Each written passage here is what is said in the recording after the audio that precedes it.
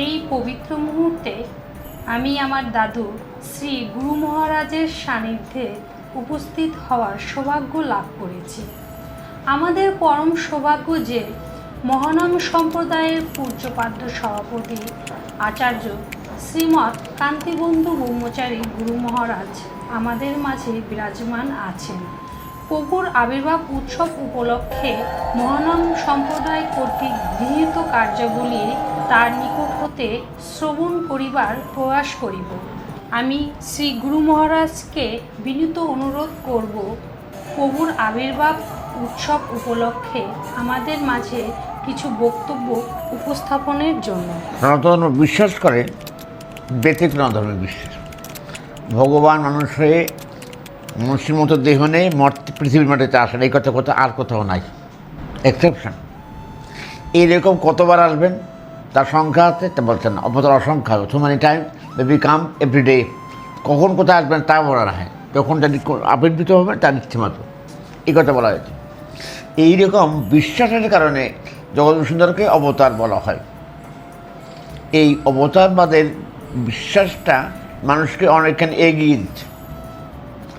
ভগবান আর মানুষের যে চেহারার অভিন্নতা, এই জন্য বিভিন্ন মূর্তি দেখানো হয়েছে, বিভিন্নভাবে বলা হয়েছে অবতার অসংখ্যায়। তখন সুন্দর একজন অবতার, এই বিশ্বাস ভারতবর্ষের দৃষ্টিতে আছে।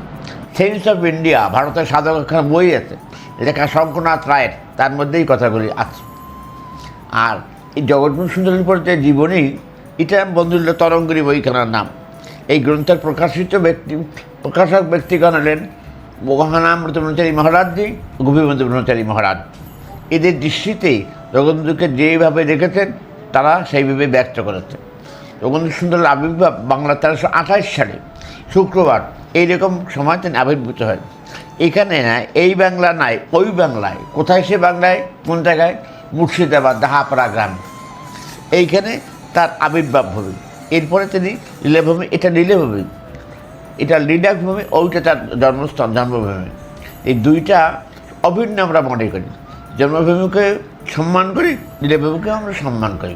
জগৎ সুন্দর কী কাজ করছেন, কী কাজটা করছেন, যার জন্য তাকে অবতার মনে করা হবে, পূজা করা হবে, কারণটা কি? তার নেমেছে ধুলার তলে হীনপতিতের ভগবান, এই কথা কী বলছেন রবীন্দ্রনাথ। কেন বলছেন? আমাদের দেশে অবাঞ্ছিত, অনাকাঙ্ক্ষিত, উপেক্ষিত বহু লোক ছিল, তাদেরকে কাথায় আনার যে যোগ্যতা, যে প্রভাব, এটা ছিল শ্রীমন মহাপ্রভু।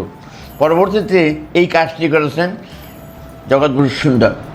এইখানে ফরিদপুর শহর আনটাচবিলিটি হিন্দুইজম, হিন্দুদের অস্পৃশ্যের আমাদের বড় দৃষ্টান্ত এখানে এখনও আছে। বাগদিপাড়া আছে, মোহন্তপাড়া আছে, ওদেরকে হিন্দুরা ঘরে তোলেও নেয়, ওদেরকে বসতেও দেয় নাই। সেই জগৎবন্ধু সুন্দর ওদের সাথে একসঙ্গে খেয়েছে। এটি একটা বড় অবতার। এর আগে করেছে রামবাগানে কলকাতায়, সেখান থেকে সে করেছে এইখানে। এই দুই বাংলার যে তার যে লীলাক্ষেত্র, তাতে হিন্দি দেবার প্রভাব। আর একটা মেয়ে, যে পতিতা মেয়ে, এদেরকে অস্পৃশ্য মনে করা হয়। এই বাংলায় এক পতিতা মহিলা ছিল, গ্রাজুয়েট, তার নাম সুরত কুমারী।